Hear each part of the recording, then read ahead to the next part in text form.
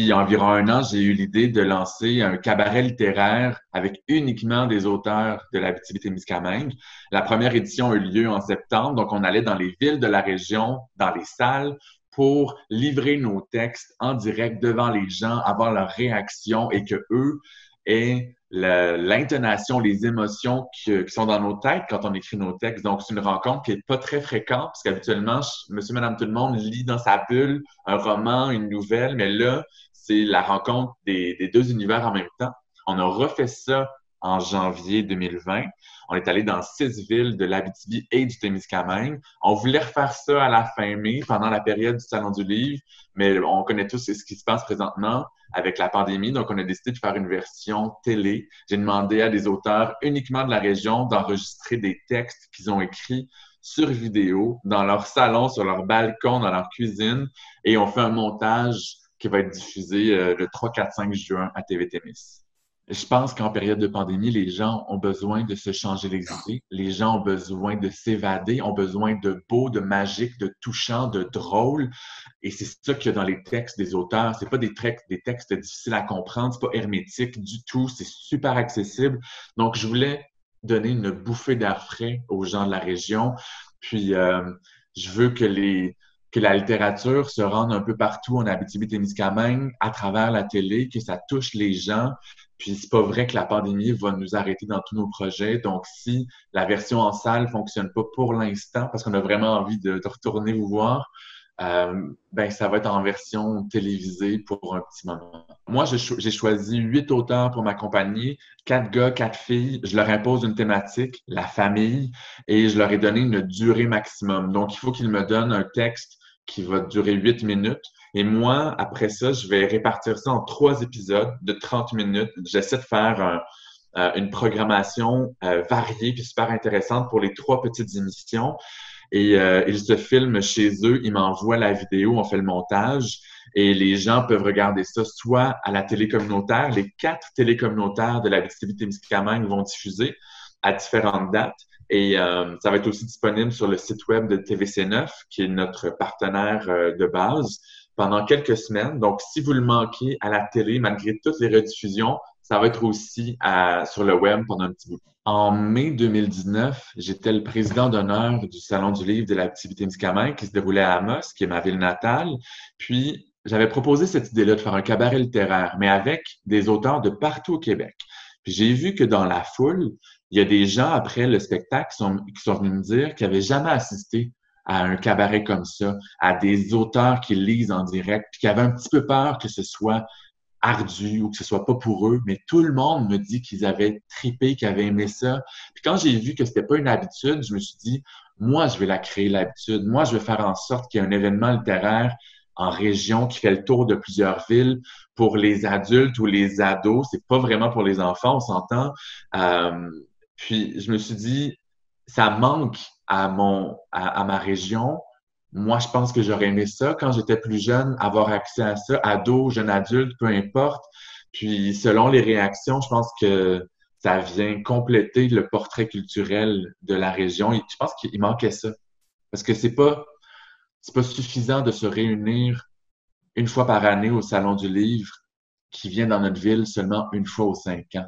Il faut que la littérature, ce soit quelque chose de régulier, de quotidien, qu'on arrête de penser que c'est pas intéressant, que c'est pas pour nous. Moi, je dis toujours, ça n'existe pas les gens qui aiment pas lire, mais on n'a pas trouvé le genre de lecture ou le genre d'auteur qui nous fait triper parce qu'on n'a pas besoin de tout aimer. Il faut juste être curieux, puis être bien guidé.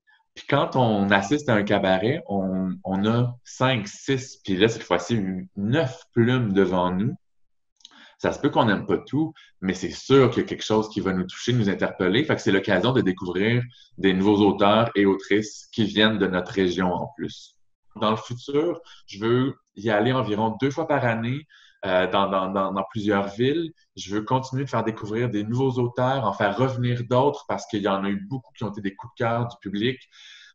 Donc, je continue de mélanger les générations, mélanger les points de vue, mélanger les styles littéraires, parce qu'il y en a qui vont lire des extraits de romans, d'autres une petite nouvelle, une chronique, un éditorial d'opinion, une chanson, du slam, de la poésie.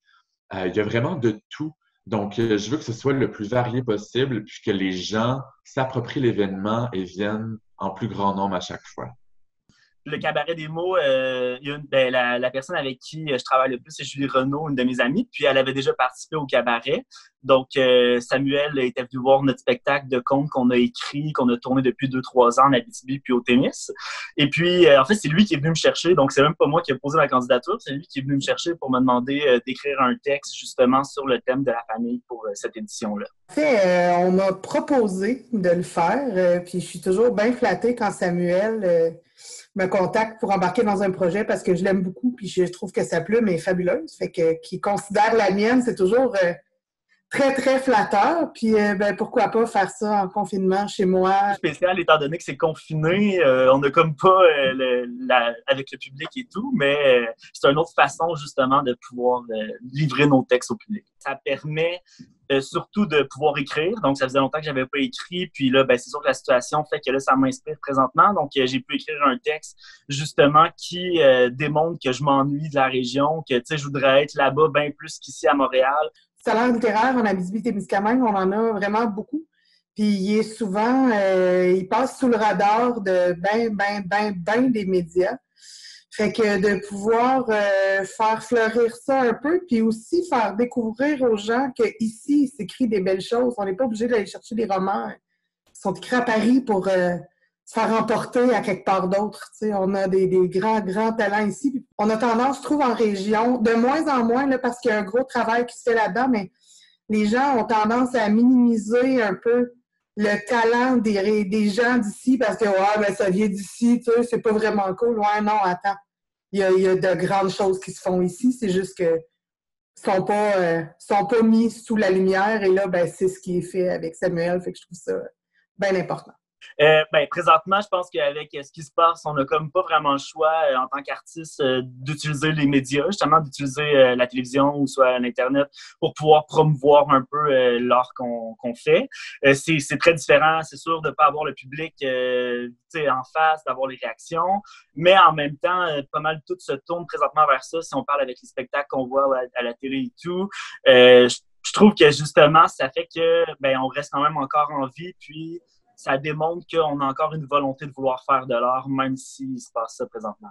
L'avenir de l'événement, je le vois cool puis grand parce que Samuel, il s'entoure de plein de gens différents. Puis ce qui est le fun d'un événement comme ça, c'est d'avoir l'essence de tout le monde. Dans les soirées que j'ai vues, dont la première à laquelle j'ai participé, ce qui était vraiment intéressant, c'est que chaque personne amenait son essence, puis tu pouvais passer 10 minutes au bord des larmes, super ému, un autre complètement emporté dans une histoire, puis l'autre à rire aux éclats parce que c'est vraiment drôle. Fait que je pense qu'il y a une belle pérennité parce qu'il y a énormément de talent, puis il y a un éventail large de talent, fait que ça fait pas une soirée qui est uniquement poétique, qui est uniquement drôle et tout ça. Fait que je pense qu'il y a moyen de faire quelque chose de vraiment beau puis grand et qui dure longtemps. Et quant à ma participation à moi, si on me réinvite, que j'ai le temps, l'énergie et la possibilité avec un petit bébé de reparticiper, ça va vraiment me faire plaisir de réitérer parce que c'est vraiment trippant. C'est un beau challenge qui fait sortir de la zone de confort et qui est bien le fun à vivre.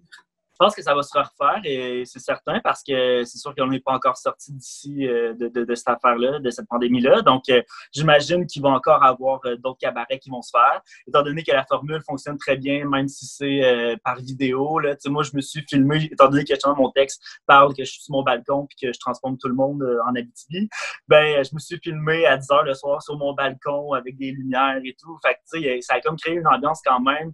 Ça limite un aspect théâtral que je voulais quand même avoir dans mon vidéo. En 2020, j'espère que notre capacité à aller vers l'autre existe encore sans le prétexte religieux. Et pas seulement en situation de crise comme lors des inondations du printemps 2017, du verglas en 1998 ou de toute autre catastrophe naturelle et humaine qui fait ressortir le plus beau de l'être humain. J'ose croire que nous sommes capables de pareils comportements au quotidien, que nous avons tous, au fond de nous, l'envie de créer des liens, de former un tout et de découvrir l'incroyable sensation de connecter à quelque chose de plus grand que nous.